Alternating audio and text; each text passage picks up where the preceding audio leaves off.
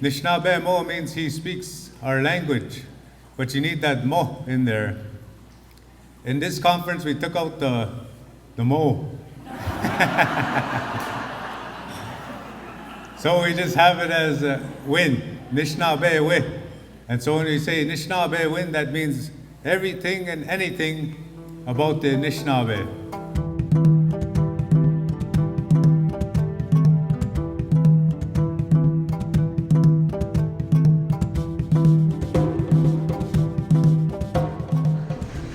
But you know, one of the most important things that the Creator gave us was something called identity.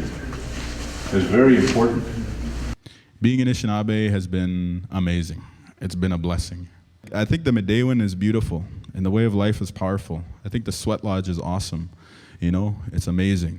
I think, you know, like that's one of my favorite places to be. It's our traditional roundhouses. Many of our relatives, particularly in Manitoba, follow the church.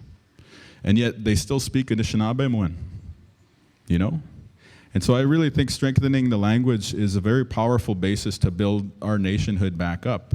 And I'm really hoping that the dictionary will help, knowing that it can't alone save our language for us, that at least it will help those, and I come across so many younger people who are really dying to get their language back. And yeah, I get really emotional thinking about that.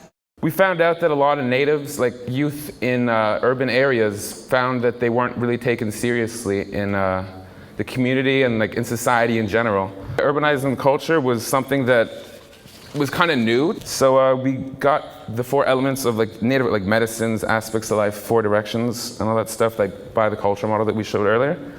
And we incorporated that with hip hop. And then we did traditional training. We went with Lee Miracle, a really great writer, and she taught us about residential schools and the history behind that, overcoming and parental gaps that were caused through residential schools. Often we talk about residential school experience disconnecting Anishinaabe from family. That's certainly true. From language, that's also true.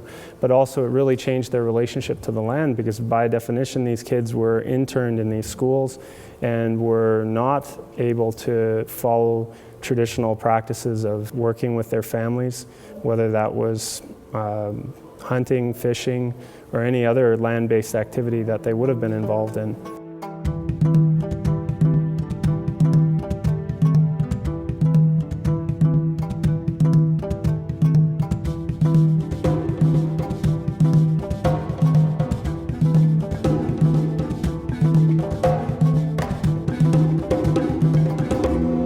Today's workshop, what we're working on is self-discovery through art, exploring symbolism, in particular our personal symbols. And this is an example of that. This would be the Ojibwe Bear Clan, which is sometimes called upon for healing. Art is a really healing adventure. It's also a universal language, and so it just fits perfectly for something such as this. On behalf of the OCF and the other organizations that are sponsoring this event, I hope you enjoy your involvement here and make good use of the information. You know, the Indian Act was used in the 1920s. They used it to get rid of our traditional governments in the Haudenosaunee communities by padlocking the longhouses and bringing in the elective system. You know, at 6 Nations, at Akwesasne, Kahnawake. That's how the elective system was started in our communities, was by force. A lot of our sacred sites in the territory have been forgotten and unfortunately neglected because we've just been severed from the land. We just don't know where a lot of them are anymore.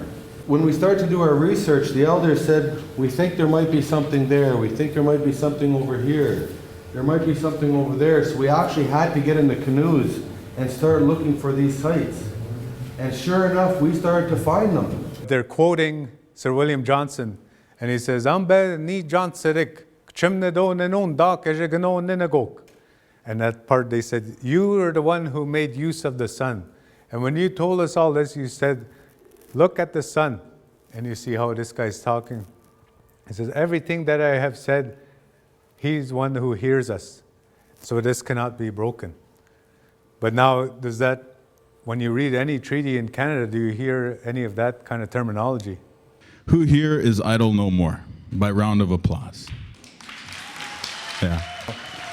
We've always had issues with non-native people coming here. And we've always had to try and tell them, no, you're not the boss. So Pontiac was one of these original idle no more guys. There wouldn't have been a meeting with the Prime Minister had it not been for the thousands and thousands of Indigenous people who were rallying from coast to coast to coast. There wouldn't have been the media attention on Chief Teresa Spence if it weren't for the round dance revolution that was taking place. You are the ones who wielded the power.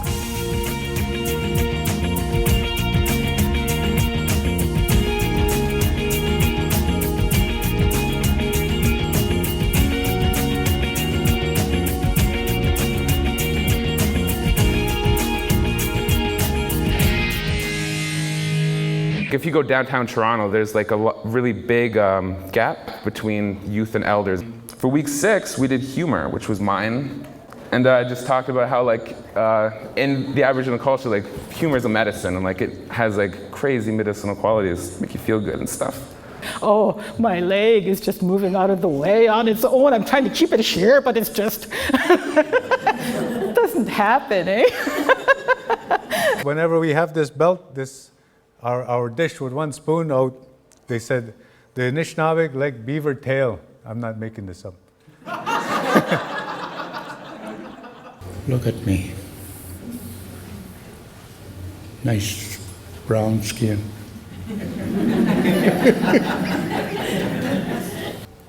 Well, you know Anishinaabe.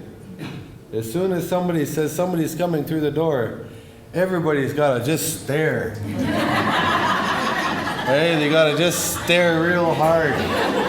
And it was just a resource for people who want to learn the language to be able to access it on the internet, you know?